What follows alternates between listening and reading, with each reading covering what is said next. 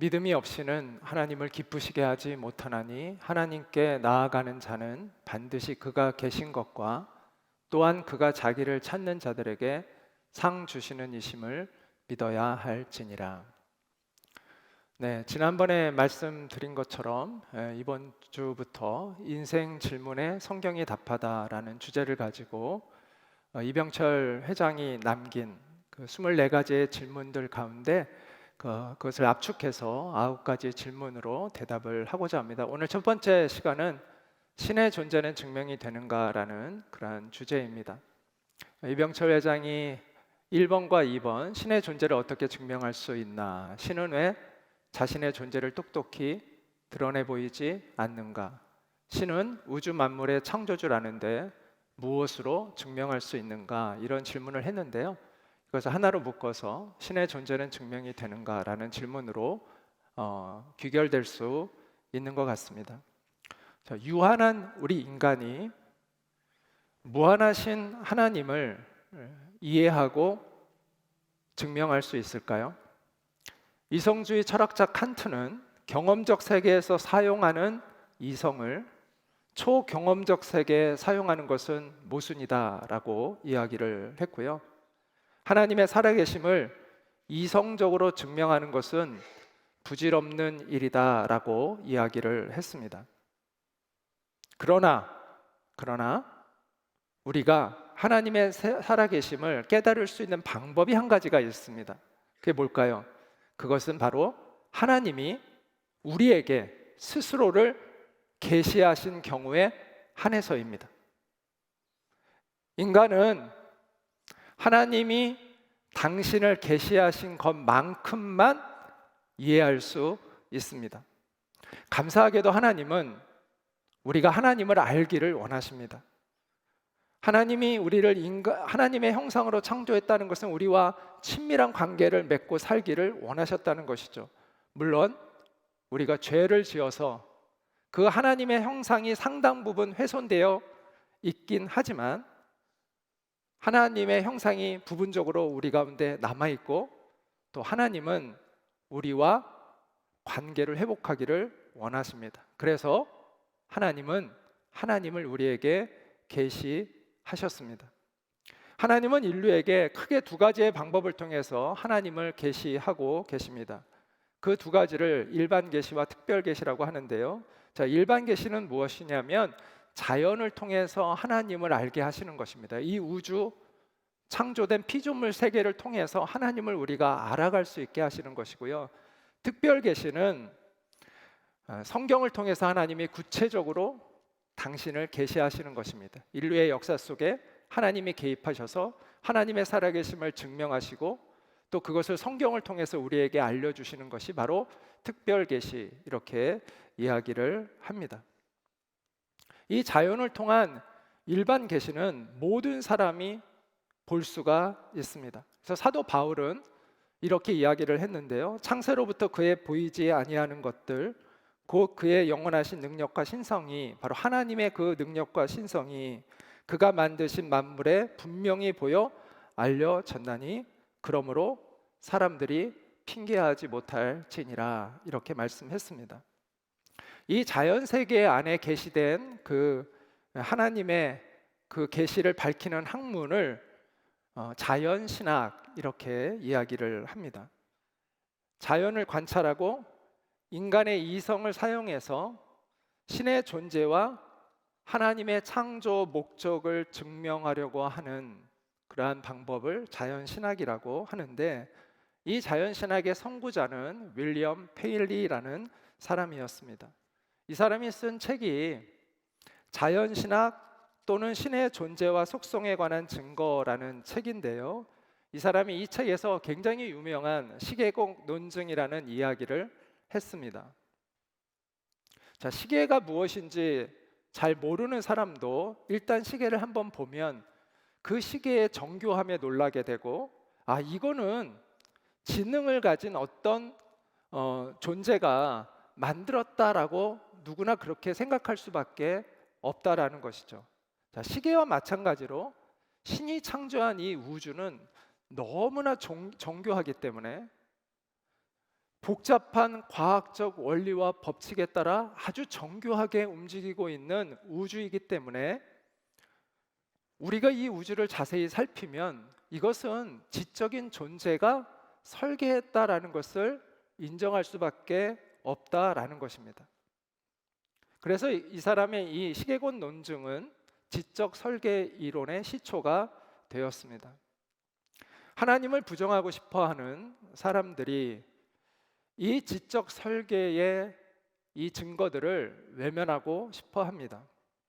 그러나 자연 세계의 이 정교함, 장엄함은 하나님의 살아계심을 입증하고 있습니다.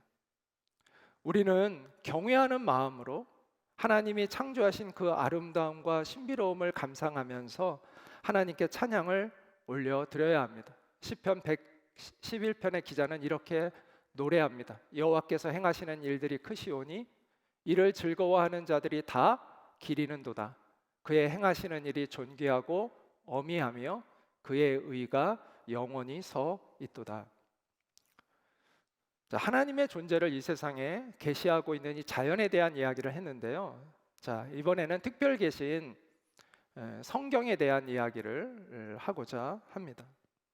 구소련에서 핵물리학자로 가장 권위 있는 사람이었던 이 보리스 도첸코라는 이 사람은 시베리아에서 태어났는데요. 당연히 그 소련 정권하에서 무신론의 교육을 받고 자랐습니다.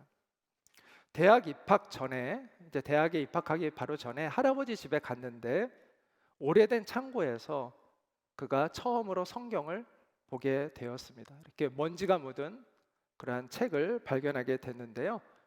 그 책은 우리 주 예수 그리스도의 복음이라는 제목이 붙어 있는 책이었습니다. 호기심에 그 책을 몰래 숨겨서 방에 가서 자기가 처음으로 성경을 보게 되었다고 합니다. 요한복음 1장 1절에 이 말씀, 태초에 말씀이 계시니라, 이 말씀이 하나님과 함께 계셨으니 이 말씀은 곧 하나님이시니라. 이 말씀이 굉장히 인상적으로 그에게 강하게 가슴을 내리쳤다고 합니다. 신에 대해서 없다고, 신은 없다라고 배워왔던 그에게 처음으로 신이 있다라는 것을 이야기하고 있는 책을 보게 되었고 그의 가슴에 충격이 되었다는 것이죠. 그리고 예수님의 사랑에 관한 그 놀라운 가르침이 또한 그에게 충격을 주었습니다. 하나님을 사랑하고 이웃을 사랑하고 심지어 원수까지도 사랑하라는 그 예수님의 가르침이 매우 놀랍게 느껴졌다고 합니다. 하지만 그는 그리스도인이 된 것은 아닙니다. 그는 지금의 우크라이나의 그 키이우가 그 당시에는 키예프라고 했는데 그 키예프에 있는 그 당시에는 이제 구소련이 지배하고 있었으니까요. 그곳에서 이제 대학을 다니게 되었습니다. 그러면서 그가 배운 이 물리학의 엔트로피 증가의 법칙에서 그는 하나님에 대한 존재가 있지 않을까라는 생각을 하게 되었다고 합니다. 이 법칙에 의하면 우주는 재가 되어 있어야 마땅한데 그렇지 않다는 것이죠. 무질서하게 되어서 점점 파괴되고 흩어지고 재처럼 되어야 하는데 우주가 이렇게 정교하게 계속 유지되고 있는 것은 이것을 초월한 어떤 힘이 있는 것이 분명하다라는 생각을 하게 되었다고 합니다. 그리고 이 힘은 물리적인 힘을 초월하는 힘이어야 된다라는 생각을 하게 되었다는 거예요. 물질은 이 엔트로피 증가의 법칙을 이길 수가 없기 때문에 이 물리적 힘을 초월하는 어떤 강력한 어떤 힘이 이 우주를 통제해야만 이 우주가 존재한다라는 생각을 하게 되었다고 합니다. 하지만 그렇다고 해서 그가 하나님을 믿게 된 것은 아닙니다. 이 보리스는 성적이 굉장히 좋아서 그 당시에 가장 유명한 레닌그라드 대학교 대학원에 이제 입학을 하게 됐는데 거기서 세계적으로 유명한 물리학자 야코프 프랭켈이라는 교수 밑에서 공부를 하게 되었습니다. 어느 날 자기가 존경하는 그 교수의 서재에 들어갔다가 그의 서재에 성경이 꽂혀 있는 것을 보고 깜짝 놀랐다고 합니다. 아, 이 위대한 과학자도 성경을 책장에 이렇게 공공연히 꽂아두고 읽는구나. 것을 보면서 굉장히 큰 놀라움을 갖게 되었다고 합니다. 그 보리스는 소련에서 최고의 핵물리학자가 되었습니다. 그는 소련 정부로부터 캐나다에 얼마 동안 있다가 오스트리아 빈에 있는 국제 원자력 기구의 수석위원으로 가라는 지시를 받게 됩니다. 그래서 거기서 모집되어지는 핵물리학에 관한 모든 지식을 모스크바로 전달하는 그런 역할을 하도록 명령을 받았습니다. 그러나 그는 그 명령을 거부하고 캐나다의 망명해서 토론토 대학의 교수가 되었는데요. 그가 그렇게 망명하게 된 이유는 그가 하나님을 인격적으로 믿게 되었기 때문입니다. 그가 캐나다의 한 모텔에서 그의 인생의 세 번째 성경을 보게 되었습니다. 할아버지의 창고에서 한번 보고, 그가 존경하는 대학 그 교수의 방에서 한번 보았고, 저 호텔에서 우리가 기도원 성경이라고 해서 이제 성경이 이렇게 있잖아요. 세 번째로 그가 본 성경이었다고 합니다. 그는 떨리는 손으로 성경을 들고 다시 읽게 되었는데요. 그때에도 이 요한복음 1장 1절의 말씀이 그의 귀에, 그의 이 눈에 들어왔다고 합니다. 그는 시간만 있으면 성경을 읽게 되었습니다. 그리고 그는 그리스도인이 되었습니다. 그리고 그는 이런 고백을 합니다. 성경은 가장 위대한 믿음의 책임을 나는 안다. 그 책 안에는 믿는 자들을 위한 하나님의 행위들이 기록되어 있다. 그 최종 증거는 우리 주님의 다시 오심과 함께 하나님 나라가 완성되면서 나타날 것이다. 이 보리스 도첸코라는 세계적인 물리학자가 그가 배운 과학적 지식을 통해서도 어느 정도 하나님에 대해서 감을 가질 수가 있었습니다.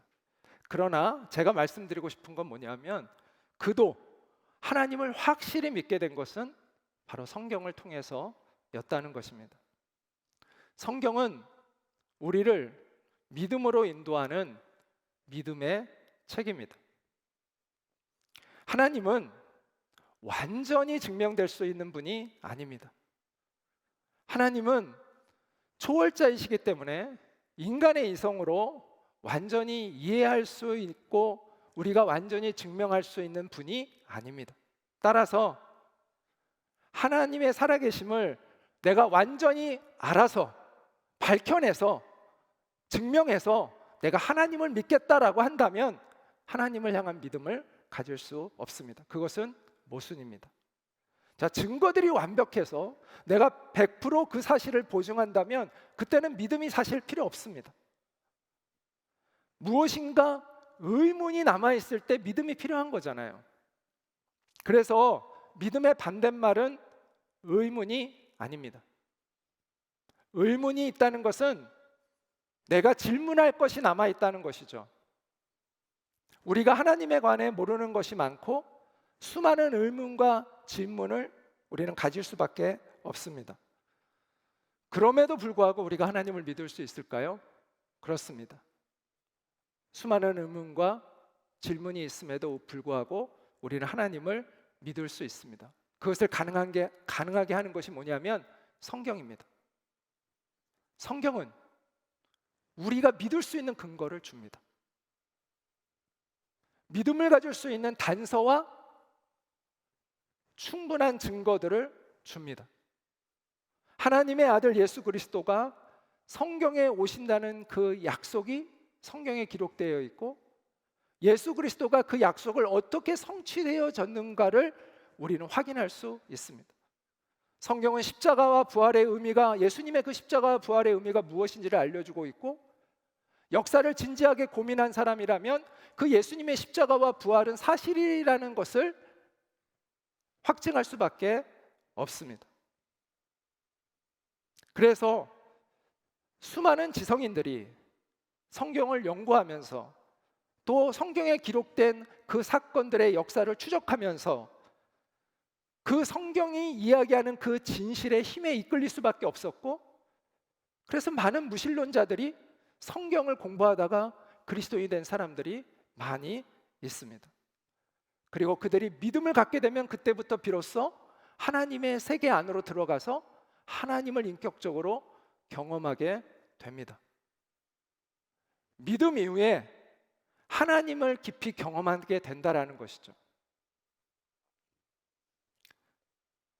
반복해서 다시 한번 말씀드립니다. 하나님은 우리가 다 알 수 있고 이해할 수 있는 분이 아닙니다.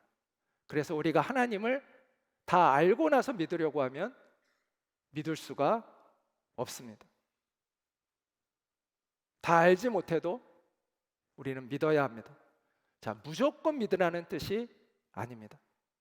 믿을 만한 근거가 있기 때문에 믿어야 한다는 것입니다. 믿을 만한 근거가 확인되면 과감하게 믿어야 한다는 것이죠. 그리고 믿을 때 우리는 비로소 하나님의 세계 안으로 들어가서 하나님을 깊이 경험해 갈 수 있습니다. 하나님과의 친밀함을 누릴 수가 있기 때문이죠. 자, 지금까지 자연이라는 이 일반 계시를 통해서 우리는 하나님의 살아계심을 느낄 수 있고, 또 성경을 통해서 우리는 하나님의 살아계심을 더 구체적으로 경험해 갈 수 있다고 말씀을 드렸습니다. 자, 또 하나 마지막으로 하나님의 살아계심을 증거하고 있는 것은 바로 하나님을 만난 사람들의 삶의 변화입니다.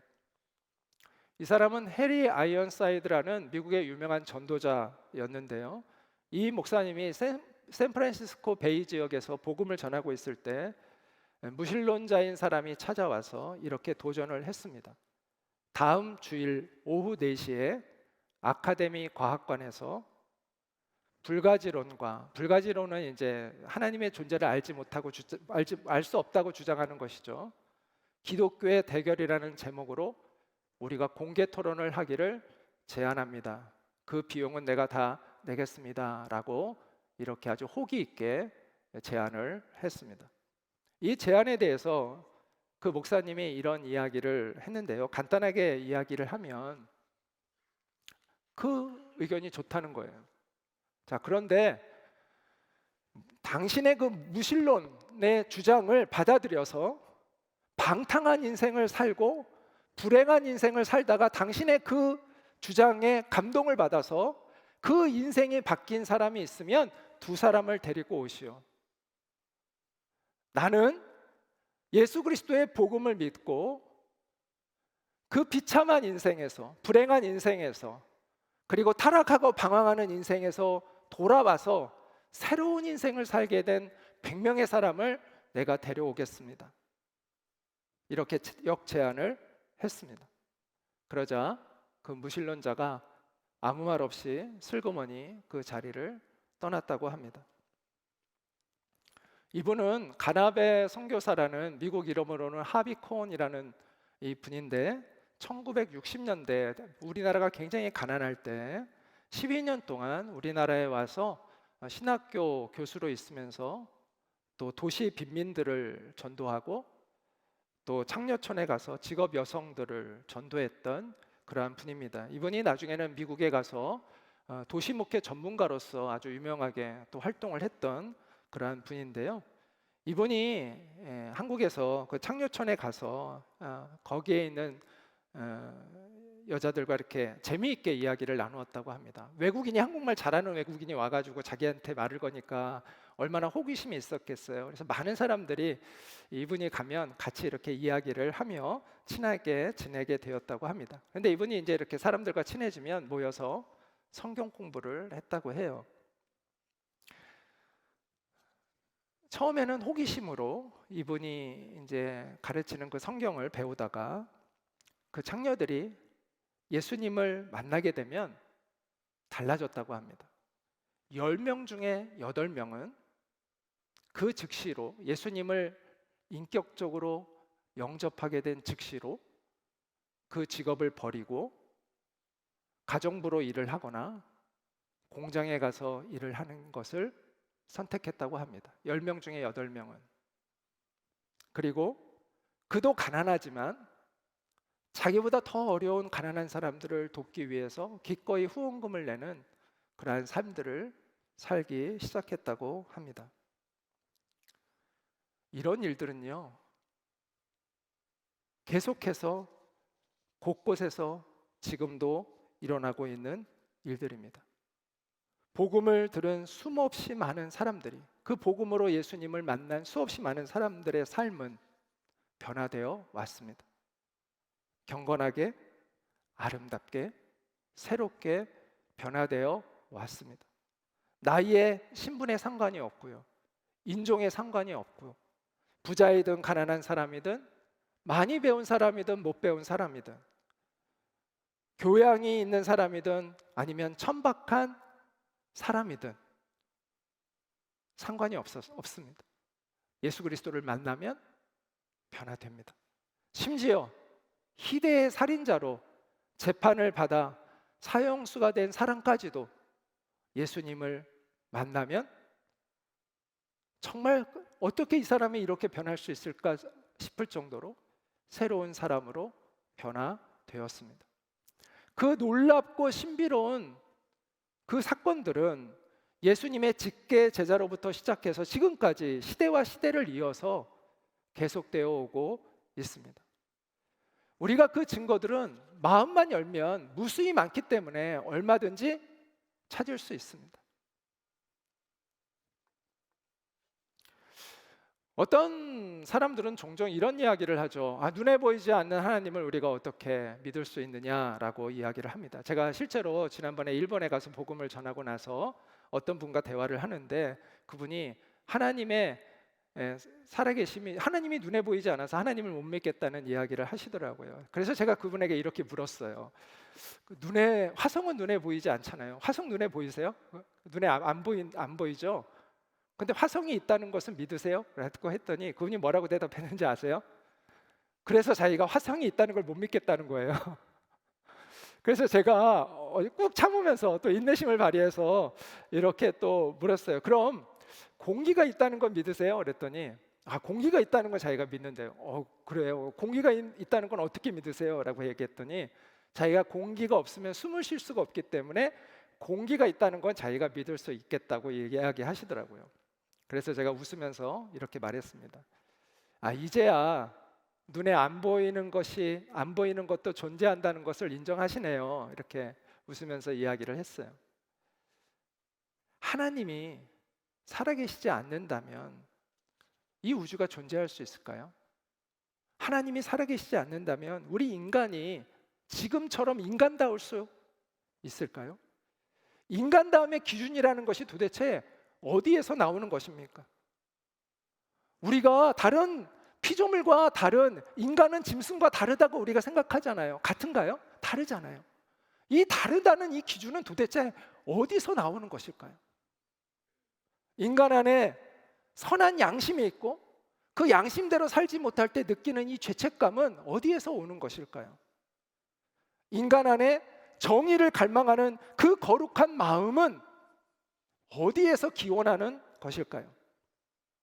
인간 안에 약자를 보호하고자 하는 그 위대한 정신은 도대체 누가 심어놓은 것일까요? 잘 알지도 못하는 다른 사람을 살리기 위해서, 그래도 짐승은 친한 그 자기의 동료를 위해서는 그래도 위험을 이렇게 무릅쓰는 동물들도 가끔 있더라고요. 근데 전혀 자기와 관계없는 다른 그 동물을 위해서 목숨을 내놓는 동물은 없어요. 근데 인간은요, 자기가 한 번도 보지 못한 사람, 자기와 전혀 얼굴도 모르는 사람을 위해서 자기 목숨을 내던질 수 있는 그런 존재이기도 해요. 이 희생적인 사랑의 정신은 도대체 어디로부터 오는 것일까요? 하나님의 살아계심이 없다면, 우리가 하나님의 형상으로 창조되어졌다는 그 개념이 없다면 우리는 이 인간다움에 대해서 이야기할 수 있는 근거가 없습니다. 이처럼 하나님의 살아계심의 증거는 넘칩니다. 오히려 하나님이 없다라는 사실을 분명하게 증거하라고 하면 오히려 어려울 것입니다. 그럼에도 불구하고 왜 어떤 이들은 그토록 자신들의 인생에 하나님의 존재를 없애려고 하는 것일까요? 왜 하나님의 살아계심을 그토록 부정하려고 하는 것일까요? 성경은 이렇게 말씀합니다. 악인은 그의 교만한 얼굴로 말하기를 여호와께서 이를 감찰하지 아니하신다 하며 그의 모든 사상에 하나님이 없다 하나이다. 악인은 하나님이 없다고 이야기한다는 것이죠. 그리고 하나님의 존재는 없고 또 우리의 인생은 하나님과는 상관이 없다라고 이야기하고 있다라는 거죠. 악인은. 어떤 분들은 이런 사람을 악인이라고 규정하는 거에 대해서 상당한 거부감을 가질 거라고 생각합니다.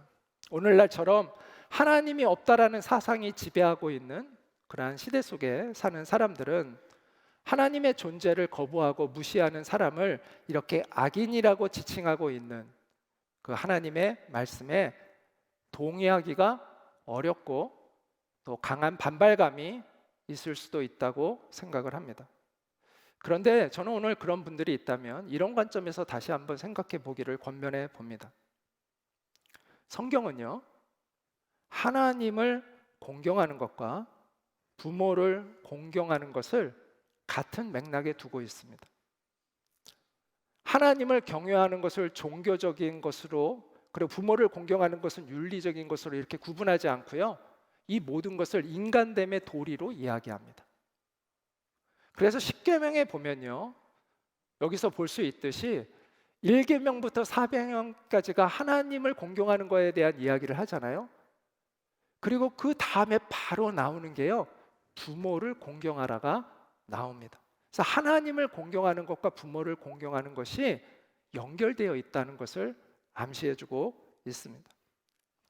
여러분, 부모를 공경하지 않고 함부로 여기는 사람을 폐류나 악인이라고 호칭하는 것에 대해서는 거부감 없으시죠?